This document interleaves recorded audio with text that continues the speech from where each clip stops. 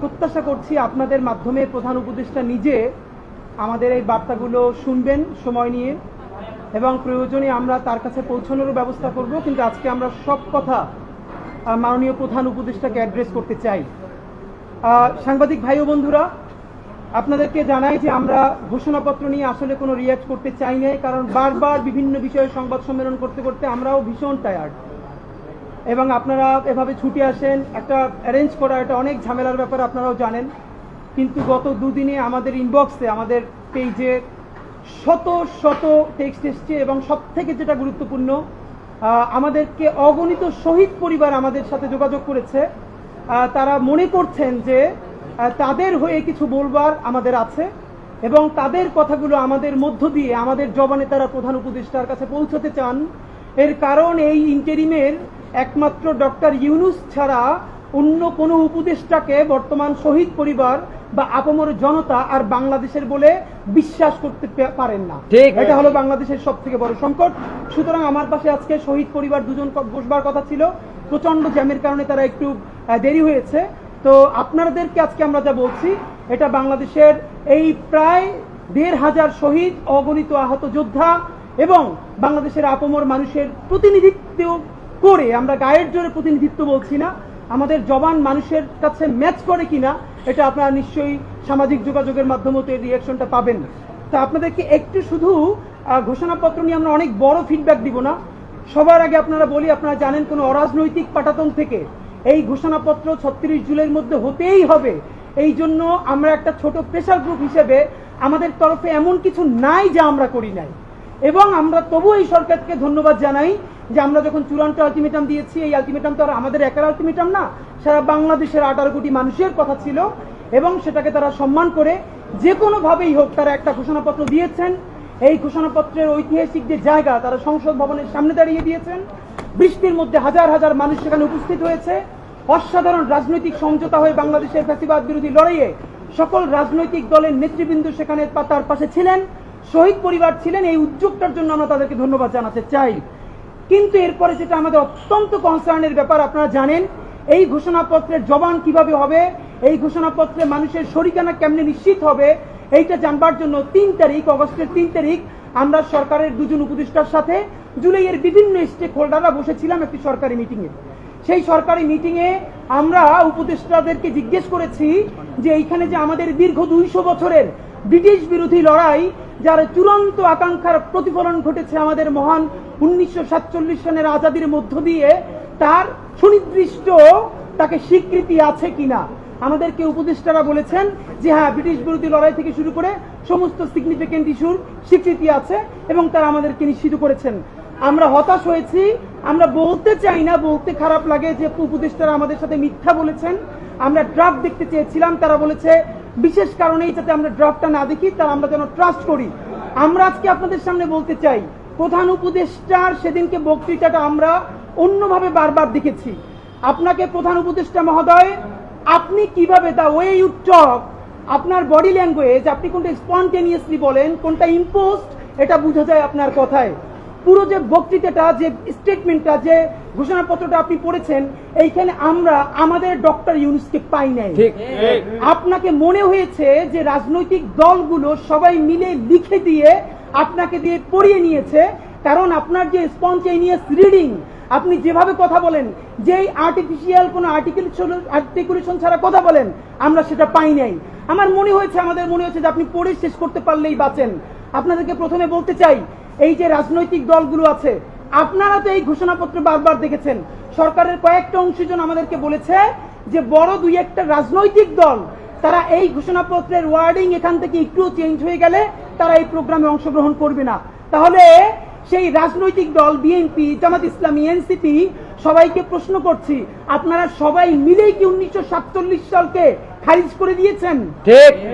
দুইজনে উত্তর দিতে হবে। ডক্টর ইউনূস সাহেব, আপনাকে বলতে হবে, দীর্ঘ ২০০ বছরের লড়াই, সেই ২০০ বছরের কতগুলো ইভেন্ট, সেই পলাশী থেকে শুরু করে আমাদের সেই সিপাহী বিপ্লব, এরপর আমাদের কত কর্তা সত্তা, আমাদের কত জীবন, আমাদের পূর্বপুরুষ গাছের সাথে ফাঁসিতে ঝুলেছে এই আজাদির জন্য। আমাদের মঙ্গল পান্ডেরা, হাজী শরীয়তুল্লাহ, আমাদের তিতুমির, হাবিলদের রজবালি, তাদের রক্ত ঝরেছে।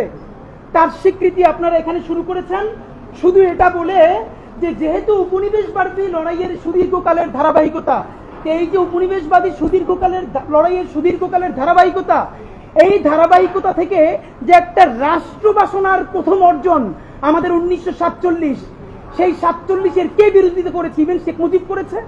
71-এর যারা আমাদের হিরো, তারাও কি 1947 সালে রাষ্ট্রের কেউ বিরোধিতা করেছে? মুহাম্মদ আলী জিন্নার বোন ফাতেমা জিন্না নির্বাচন করেছেন, তাকে আইয়ুব খানের বিরুদ্ধে জয়ী করবার জন্য শেখ মুজিব দিনরাত 24 ঘন্টা কাজ করেছে। ঠিক। মুহাম্মদ আলী জিন্নার মৃত্যুর পরে তারা গড়াগড়ি দিয়ে কেঁদেছে, অসমাপ্ত আত্মজীবনী পড়েন। তাহলে এই যে বাঙালি জাতীয়তাবাদের ন্যারেটিভ, যেই বাঙালি জাতীয়তাবাদ গল্প শুরু করে 71 থেকে, এর আগে 200 বছরের কোনো লড়াই নাই, যেই বাঙালি জাতীয়তাবাদ বলে যেখানে পাহাড়ি, বিহারি, বাঙালি, হিন্দু, মুসলিম, বৌদ্ধ, খ্রিস্টান সবাই মিলে বাঙালি হয়ে যাবে, এখানে আর কোনো জাতিসত্তার আর কোনো পরিচয় নাই। এই যে জাতিবাদী রাজনীতি, সবাইকে বাঙালি করে তোলা, সেই বাঙালি করে তোলবার সর্বনিকৃষ্ট ফলাফল হয়েছে শাহবাগের জঘন্যতম মব। সেই শাহবাগের জঘন্যতম মব দিয়ে এই বাঙালি জাতীয়তাবাদের নামে আমাদের দেশে বিচারিক হত্যাকাণ্ডকে সব থেকে বড় লেজিটিমেসি দেওয়া হয়েছে। অদ্ভুত। আমরা কি দেখলাম আমাদের এই ঘোষণাপত্রে? সেই যে বাঙালি জাতীয়তাবাদের বয়ান, তারই মনে হয় যেন একটা কন্টিনিউয়েশন করা হয়েছে, তার ধারাবাহিকতা রক্ষা করা হয়েছে। তাহলে এই বাঙালি জাতীয়তাবাদের বয়ান, যেই বয়ান মানুষকে জুডিশিয়াল কিলিং করতে পারে, গুম করতে পারে, খুন করতে পারে, হত্যা করতে পারে, এবং বিরোধী দলে ভোট দেওয়ার ফলে ধর্ষণ করলে তার পক্ষে আবার ন্যারেটিভ তৈরি করতে পারে, সেই বাঙালি জাতীয়তাবাদের বয়ানের জন্য তো হাজারো মানুষ জীবন দেয় নাই। ঠিক। ডক্টর ইউনূস সাহেব, আপনাকে স্পষ্ট বলতে হবে, এইটা কি আপনি লিখেছেন? এইটা লেখার কথা আসিফ নজরুল সাহেবের, উনি আইন উপদেষ্টা। তাহলে আইন উপদেষ্টাকে বলতে চাই, আপনি যে ড্রাফট করেছেন প্রত্যেকটা রাজনৈতিক দলের কাছে পাঠিয়েছেন, জামাত ইসলামী, আপনারা কেন এখনো বলছেন না আপনারা এখানে 47 নিয়ে কথা বলেছেন কি বলেন নাই? ঠিক। বিএনপি যদি বলে যে তারা 47-এর বিপক্ষে অবস্থান নিয়েছে, ঠিক আছে, আমরা তাহলে বিএনপির বিপক্ষে রাস্তায় অবস্থান নিব এবং সেটা সামনে নির্বাচনে অবস্থান নিব। 47-এর ধারাবাহিকতা হলো 1971। ঠিক। সেই 1971-এর চূড়ান্ত ধারাবাহিকতা আমাদের 2024। 47, 71, 24-কে একটার বিপরীতে আর একটা বারবার দাঁড় করানোর চেষ্টা হয়েছে। প্রত্যেকটা বাংলাদেশ বিরোধী ষড়যন্ত্র। এই প্রত্যেকটা আমাদের জান গেছে, জীবন গেছে, জবান গেছে, আমরা প্রত্যেকটাকে সমানভাবে ধারণ করি বন্ধুরা। সুতরাং আপনাদেরকে দ্বিতীয়ভাবে বলি, বাঙালি জাতীয়তাবাদের যে সূচনা বিন্দু, সেইখান থেকে এই ঘোষণাপত্র শুরু হয়েছে, এটা আমাদের জন্য লজ্জার।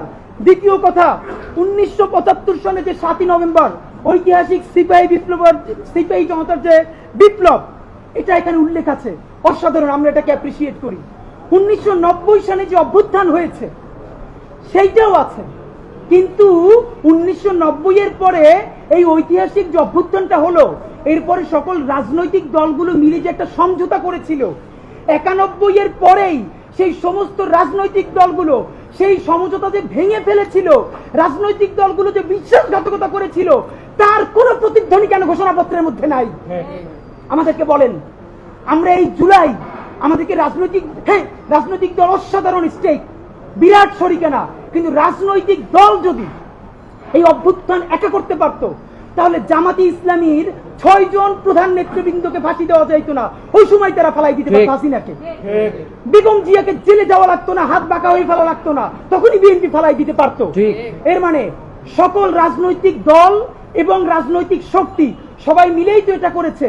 আমরা এখানে দেখলাম কি, যেইখানে রাজনৈতিক দলের ইনভলভমেন্ট আছে, কোথায় 1975-এর 7ই নভেম্বর, 1990 সেই জিনিসগুলোকে এখানে অ্যাড্রেস করা হলো, কিন্তু যেই ঐতিহাসিক পর্বগুলোতে রাজনৈতিক দলের সংশ্লিষ্টতা নাই, অরাজনৈতিক মানুষেরা সব থেকে বড় রাজনৈতিক কাজ করেছে, তার একটাকেও অ্যাড্রেস করা হয় নাই। প্রমাণ, পিলখানা হত্যাকাণ্ড হলো এমন হত্যাকাণ্ড যেটা স্বাধীন বাংলাদেশের মধ্যে বসে, তার বুকের উপরে বসে দেশপ্রেমিক সেনাবাহিনীকে ভারতীয় আধিপত্যবাদ সমস্ত শক্তি ব্যবহার করে আমাদের ভাইদেরকে, বোনদেরকে তাদের চোখের সামনে মুহুর্মুহু হত্যা করে তাদের লাশগুলো ভাসিয়ে দিয়েছে। আমরা চারপাশে তাকিয়ে রয়েছি। এই রকম আমাদের সামরিক বাহিনীর উপরে হত্যাকাণ্ড আপনারা পারলে বলেন তো, 1971-এ পাকিস্তানও কোন ক্যান্টনমেন্টে এইরকম আক্রমণ চালাই আমাদের সামরিক বাহিনীর দেশপ্রেমিক অফিসারদেরকে মারতে পারছে কিনা আপনারা বলেন? পাকিস্তান আমাদের আর্মিকে যেরকম এইরকম মারতে পারে নাই, ভারত এবং আওয়ামী লীগ মিলে পিলখানায় আমার 57 জন সেনা অফিসারকে জঘন্যতম ভাবে হত্যা করলো, তার স্বীকৃতি এখানে নাই। বলা হয় নাই যে পিলখানা হত্যাকাণ্ডের মধ্য দিয়ে হাসিনা ভারতকে এখানে চূড়ান্ত ভাবে অনুপ্রবেশ ঘটিয়েছে। বন্ধুরা আমার, 2013 সালের শাপলা, মানে এমন ব্যাপার যে আমরা এগুলো নিয়ে এখন বাঙালি জাতীয়তাবাদ হলো এমন ন্যারেটিভ যা আপনি যদি ন্যূনতম মুখে দাড়ি থেকে পাঞ্জাবি থেকে মুখের আগে পরে বিসমিল্লাহ বলেন, অথবা আপনার সারা শরীরে মুসলমানিত্বের ন্যূনতম চিহ্ন থাকে, আপনি মানুষ থেকে মানুষ হয়ে উঠতে পারবেন না। এবং আজ এই জুলাইয়ের পরেও সেই মানুষগুলোকে মানুষ থেকে মানুষ হয়ে ওঠার নাগরিক ন্যূনতম মর্যাদার স্পেস দেওয়া হয় নাই। যেই শাপলা গণহত্যায় সারা ঢাকার মধ্যে রাতের আধারে প্রকাশ্য দিবালোককে গুলি চালিয়ে অগণিত মানুষকে হত্যা করা হলো, এবং যেটার মধ্য দিয়ে ফজরের মধ্যে রক্ত ধুয়ে হাসিনা প্রথম শক্তি পেল যে কোনো গণহত্যা চালিয়ে ফজরের আগে রক্ত ধুয়ে আবার দেশ চালানো যায়, সেই গণহত্যার কোনো স্বীকৃতি নাই। আপনি 3টে শব্দ রাখতো ভাই, আপনি যেখানে বললেন 1975-এর 7ই নভেম্বর, আপনি বললেন 90-এর অভ্যুত্থান, আপনি বলেন যে পিলখানা হত্যাকাণ্ড, শাপলা গণহত্যা, আপনি এতটুকু ঠিক কোন রাজনীতির কারণে বাদ দিলেন? পিলখানা হত্যাকাণ্ডের কথা বললে ক্যান্টনমেন্ট খেপে যায়, আমি বুঝি। এই আন্দোলন কি ক্যান্টনমেন্ট করে দিছে? এই ঘোষণাপত্রের মধ্যে বলা হয়েছে সামরিক বাহিনী জনতার পক্ষে অংশ নিয়েছে, আপনারা আবারও তাদেরকে পক্ষে রাখার কথা বললেন। বরং বলা দরকার ছিল 5ই আগস্ট যখন ছাত্র জনতা পঙ্গপালের মতো গণভবনের দিকে জীবনের ঝুঁকি নিয়ে সবাই ছুটে এসেছিল, সামরিক বাহিনী দেশের শৃঙ্খলার স্বার্থে তাদের সামনে থেকে প্রতিবন্ধকতা সরিয়ে নিতে বাধ্য হয়।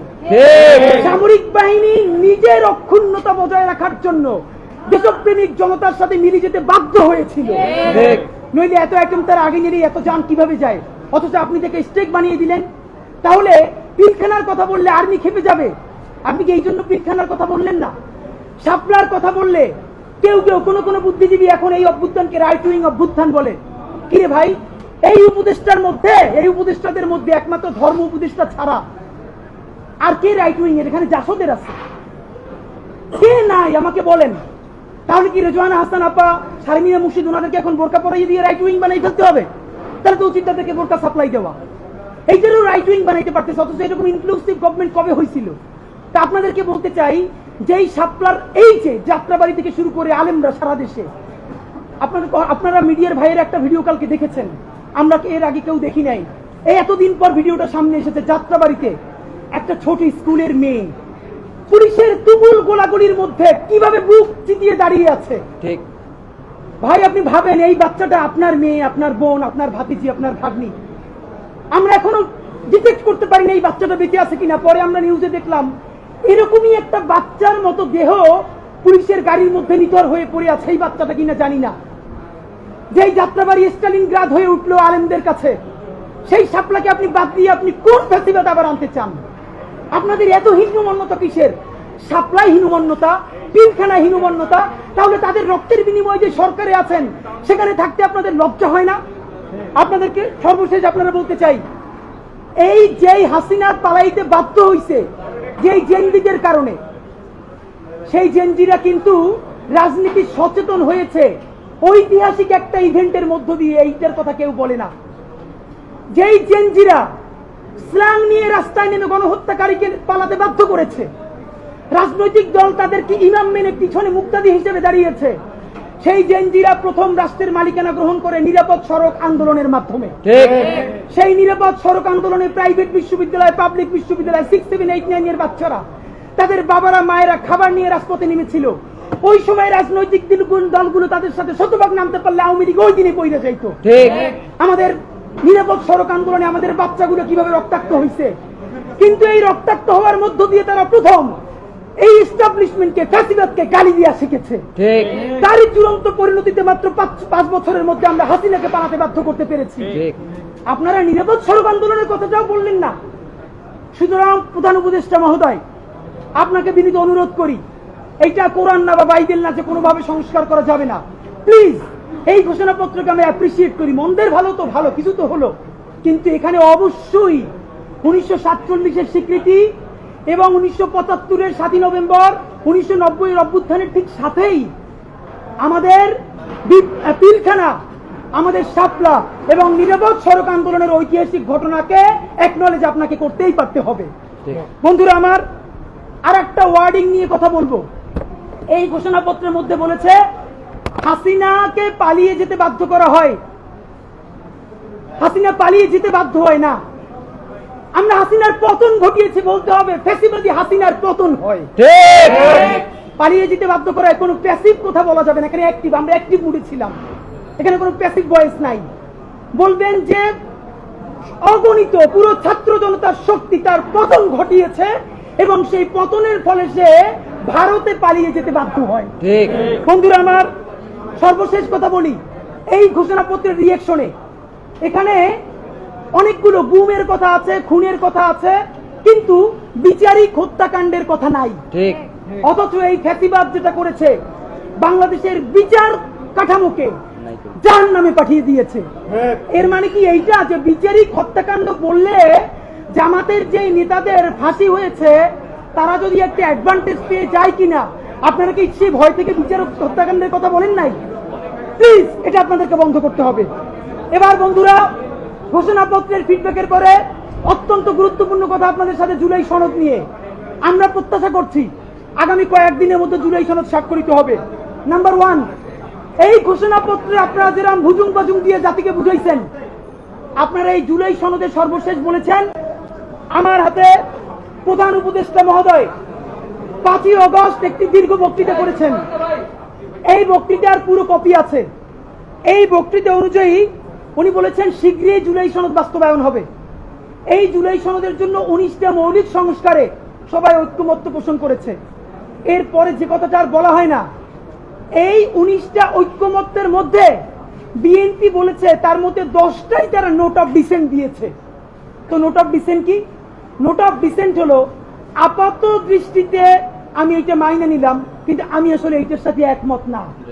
তাহলে বিএনপি এই 19টার মধ্যে যেই 10টা নোট অফ ডিসেন্ট দিছে, সেই 10টাই তো মোস্ট সিগনিফিকেন্ট জায়গা। তাহলে বিএনপি সরকার গঠন করার পরে এর একটাও যদি বাস্তবায়ন না করে, তাহলে আমরা কেমনে বিএনপিকে ধরবো বলেন? মানে আইনি বাধ্যবাধকতা কোথায়? বিএনপি তো তখন বলবে, কেন ভাই, আমি তো বলেই দিয়েছি স্বাক্ষর করার সময় যেখানে আমার দ্বিমত আছে, এখন আমি এটা পারতেছি না বাস্তবতায়। মজার ব্যাপার বলি, সরকারের কয়েক জায়গায় জিজ্ঞেস করেছি, বলেন তো 19টা মৌলিক সংস্কারের মধ্যে আপনাদের কাছে একটা মোস্ট সিগনিফিকেন্ট কোনটা? তারা বলেছে সংসদের উচ্চকক্ষে পিআর ব্যবস্থা আনুপাতিক হারে। এবং আপনাদেরকে জানাই রাখি, সংসদের উচ্চকক্ষে যে পিআর, বিএনপি এখানে নোট অফ ডিসেন্ট দিয়েছে।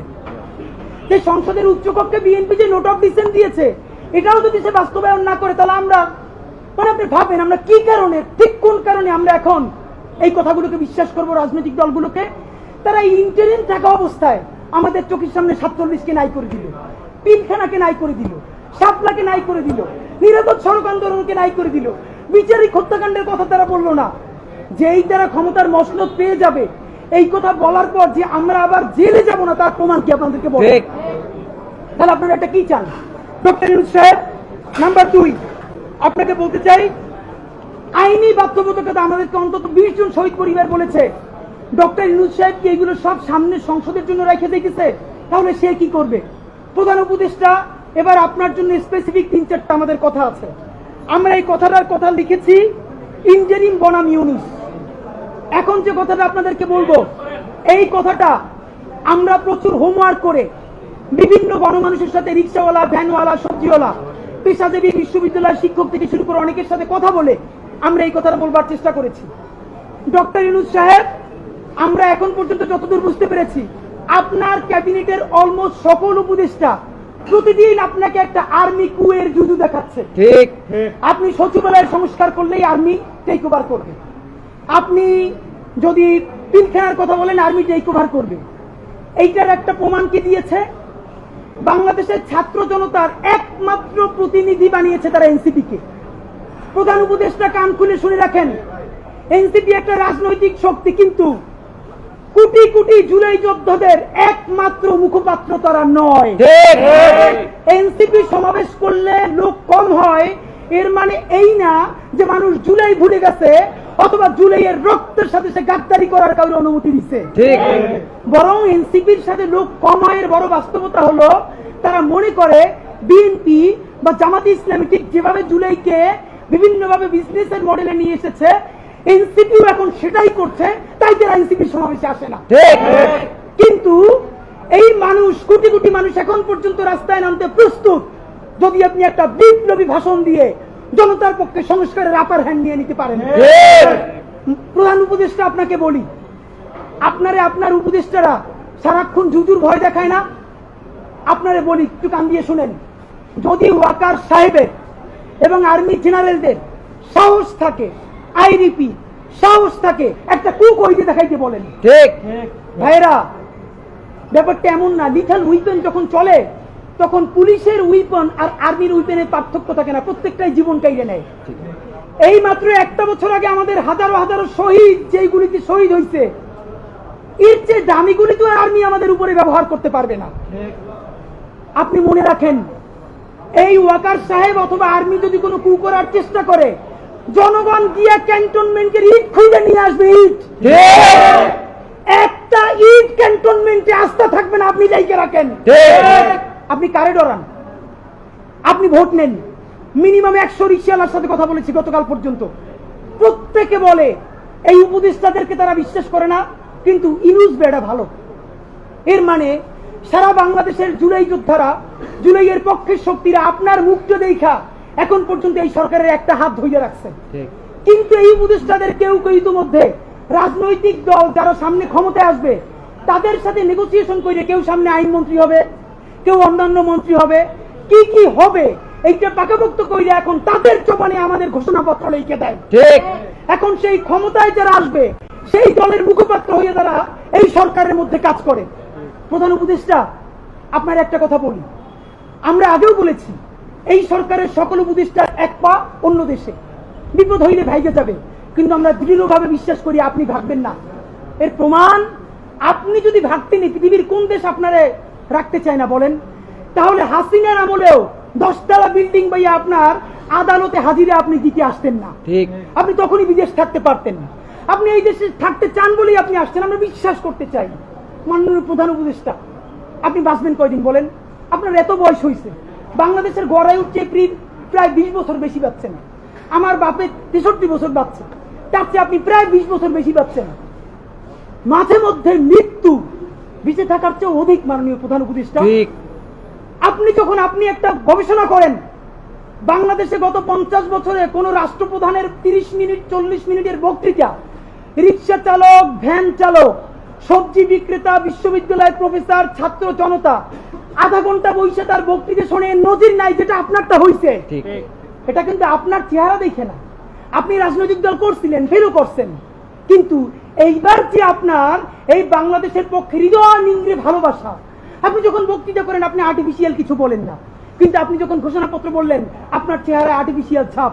ইদানিং আপনি স্ক্রিপ্ট দেখে দেখে বক্তৃতা করেন, এগুলো আমরা চাই না। মাননীয় প্রধান উপদেষ্টা, আপনার অন্তরে যা আছে, আপনারা যে বাধ্য করে তার কথা বলে দেন না। আপনারা কি করবে বলেন? আপনারা খুন করবে? আপনি প্রায় 80 বছর বাঁচছেন, আর কয় বছরই বা বাঁচবেন? আপনি কি খাবেন, কি বাঁচবেন? আপনি বরং যদি আপনার আর্মি মেরে ফেলে, আপনারা যদি ভারতীয় আধিপত্যবাদ গুলি করে, আপনাকে যদি হত্যা করা হয়, কিন্তু সেই রক্তের বিনিময়ে যদি আপনি শহীদদের রক্তের বিনিময়ে নতুন বাংলাদেশ গড়ে যেতে পারেন, আগামী 1000 বছর বাংলাদেশের মানুষ নামাজে প্রার্থনায় আপনার জন্য শুধু দোয়া করবে। বুড়ো মানুষটা থেকে শুরু করে শিশু আপনার বক্তৃতা শুনে মাননীয় উপদেষ্টা কতক্ষণ জানেন? যতক্ষণ আপনি জুলাইয়ের জবানে কথা বলেন। কিন্তু যেই রাজনৈতিক দলের কাছে কোন ধরনের সংস্কার ছাড়া আপনি নির্বাচনের কথা বলতেছেন, আপনি কি কি বলছেন আপনার একটু পয়লা শুনাই। আপনার ঘোষণাপত্র থেকে অল্প কয়েক টাকা মার্ক করে নিয়ে আসছি। মাননীয় প্রধান উপদেষ্টা, আপনি বলছেন যে সামনের নির্বাচনে, এবারের নির্বাচন যেন আনন্দ উৎসবের দিক থেকে, শান্তি শৃঙ্খলার দিক থেকে, ভোটার উপস্থিতির দিক থেকে, সৌহার্দ্য আন্তরিকতার দিক থেকে দেশের ইতিহাসে স্মরণীয় হয়ে থাকে, এই সকল আয়োজন করা হবে। মাননীয় প্রধান উপদেষ্টা, 6 মাস বাকি আছে। এই 6 মাসের মধ্যে আপনি এই উদযাপন কেমনে করবেন? নির্বাচন শুরু হইতে পারে না, এর মধ্যে মানুষকে হত্যা করতেছে রাজনৈতিক দল একটা আরেকটারে। তাহলে এই আমলা, এই পুলিশ, যেই পুলিশ রাজনৈতিক দলের ছত্রছায়া আবার হত্যাকাণ্ড ঘটাবে, আপনি তারা দিয়ে কেমনে পারবেন? প্লিজ আপনার এই বৃদ্ধ কাঁধে রাজনৈতিক দলগুলোর বন্দুককে রাখতে দিয়েন না। আপনি না পারলে কুইট করেন, ওরা নিজেরা বুঝে খাক। কিন্তু রাজনৈতিক দলের একমাত্র মুখপাত্র হইয়া বাংলাদেশের মুখপাত্র থেকে আপনি বিদায় নিয়েন না। আপনি নির্বাচনের কথা বলছেন, আমরা খুশি হয়েছি, কিন্তু ইতিহাসের স্মরণীয় নির্বাচন করার রুটম্যাপ কোথায়? বাংলাদেশের রাজনৈতিক দলগুলো আপনার সাথে মিটিং করে সামনে এসে বলে আমরা নির্বাচনের রোডম্যাপ দেখি নাই, আমরা হতাশ। ভিতরে কথা বলার চেষ্টা করলাম, আফসোস রাজনৈতিক দলগুলো এত বদমাশ কেমনি হয় ভাই? ভিতরে তারা একটা বারো ভালো করে কোন রাজনৈতিক তারা নির্বাচনের ম্যাপ দেয় না। প্রধান উপদেষ্টারে তারা গিয়ে বলে বড় দলগুলো, ওই পেট্রো বাংলার চেয়ারম্যানটা কিন্তু আমাদের লাগবে, অমুক বিশ্ববিদ্যালয়ের ভিসি কিন্তু আমাদের লাগবে, স্বরাষ্ট্র আর জনপ্রশাসন মন্ত্রণালয়ের সচিবটা কিন্তু আমাদের লাগবে। বাইরে এসে বলে আমরা নির্বাচন না দেখে হতাশ। একই বিচারিতা। আপনার প্রতি অনুরোধ, এই যে আপনারে বাহিরে এসে বলে যে আপনি নির্বাচন দেন না, আপনি কেন প্রেস মিট করে বলেন না বিএনপি আমার পেট্রো বাংলা চাই, জামাত আমার স্বরাষ্ট্রমন্ত্রী চাই, এনসিপি আমার কাছে জনপ্রশাসন চাই, বলে দেন। ধরেন আপনি বইলে দিচ্ছেন, করবে কি? মারবে। আপনি এমনি একদিন বইলে দেবেন, আজীবন বাঁচবেন। আপনি বইলে দেন না, ওদের নেংটে কইলে দেন। রাজনৈতিক শক্তির আমরা পক্ষে, কিন্তু রাজনৈতিক দলের নামে নিপীড়নের পক্ষে আমরা নয়। বন্ধুরা আমার, আপনারা আপনি আরেকটা কথা বলেছেন, এখন থেকে প্রতিদিন আলাপ করুন আপনার এলাকায় ভোটদান ব্যবস্থা কেমন হলে সুন্দর হয়, কেমন হলে আনন্দমুখর হয়, সেটা আগে থেকে ঠিক করার জন্য, নতুন বাংলাদেশের কাজ করার জন্য সেইটি আপনারা প্রস্তুতি নেন। মাননীয় উপদেষ্টা যমুনে বললে হবে না, এলাকায় গিয়ে যদি এই এলাকা শুরু করি আমার পিটাইয়া ছালবাকল উঠেই আবার ঢাকায় পাঠাই। ঠিক, ঢাকার এলাকা কিন্তু এক না। এলাকায় সেই পরিবেশ আপনি তৈরি করতে পারছেন? এলাকার ওসি প্রতিদিন এখন বিএনপির উপজেলা সভাপতির ফোন করে ডায়াবেটিসের খবর নেয়।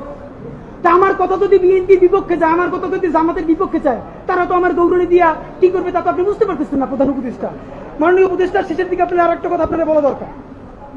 আপনি এইখানে খুবই স্পেসিফিকলি বারবার নির্বাচনের যে রোডম্যাপটা দিয়েছেন, আমরা অত্যন্ত খুশি হয়েছি।